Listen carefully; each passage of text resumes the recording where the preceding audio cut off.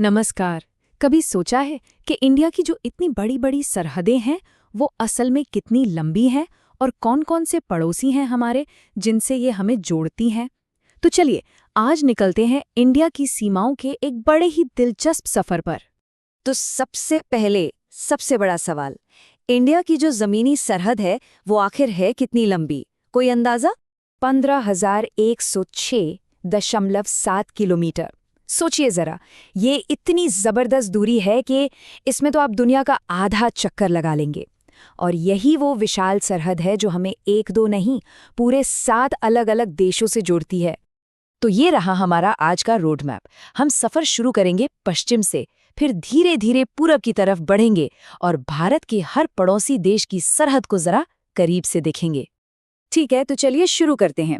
सबसे पहले एक नज़र डालते हैं पूरी बड़ी पिक्चर पर। मतलब अलग अलग हिस्सों में जाने से पहले ये समझना तो जरूरी है ना कि हम कितनी विशाल, कितनी बड़ी सीमा की बात कर रहे हैं। और देखिए, ये सिर्फ मैप पर खींची एक लकीर भर नहीं है। नहीं, ये एक बहुत बड़ा फ्रंटियर है जो इंडिया को 7 अलग अलग देशों से जोड़ता है। और कमाल की बात यह है कि हर पड़ोसी की अपनी एक अलग कहानी है, अपना एक अलग महत्व है।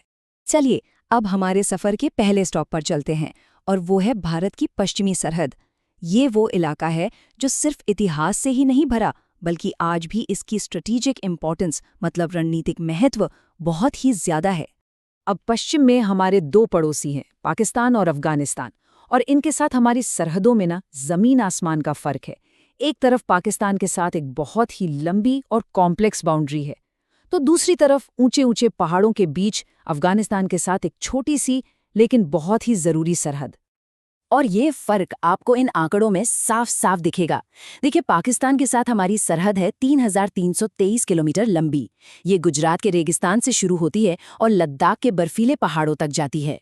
वहीं दूसरी तरफ अफगानिस्तान के साथ सिर्फ 106 किलोमीटर की सीमा। और हाँ, ये हिस्सा इस वक्त पाक अधिकृत कश्मीर यानी POK में पड़ता है। तो पश्चिम से अब हम चलते हैं उत्तर की ओर, महान हिमालय की गोद में। यहाँ भारत की सीमाएं 3 बहुत ही अहम पड़ोसियों से मिलती हैं, और वो हैं चीन, नेपाल और भूटान। अब यहाँ देखिए, इन उत्तरी सरहदों की लंबाई में भी काफी अंतर है। चीन के साथ हमारी सबसे लंबी नॉर्दर्न बॉर्डर है, करीब करीब 3,500 किलोमीटर। उसके बाद आता है नेपाल और फिर भूटान। और ये हैं वो भारतीय राज्य और यूनियन टेरिटरीज जो इन हिमालयी सरहदों पर बसे हैं। और एक मजेदार बात देखिए, कुछ राज्य जैसे कि सिक्किम 1 से ज्यादा देशों के साथ बॉर्डर शेयर करते हैं। यही चीज इस पूरे एरिया को जियोपॉलिटिकली यानी भू राजनीतिक तौर पर बहुत ही दिलचस्प बना देती है। चलिए सफर को आगे बढ़ाते हैं और अब चलते हैं पूरब की ओर।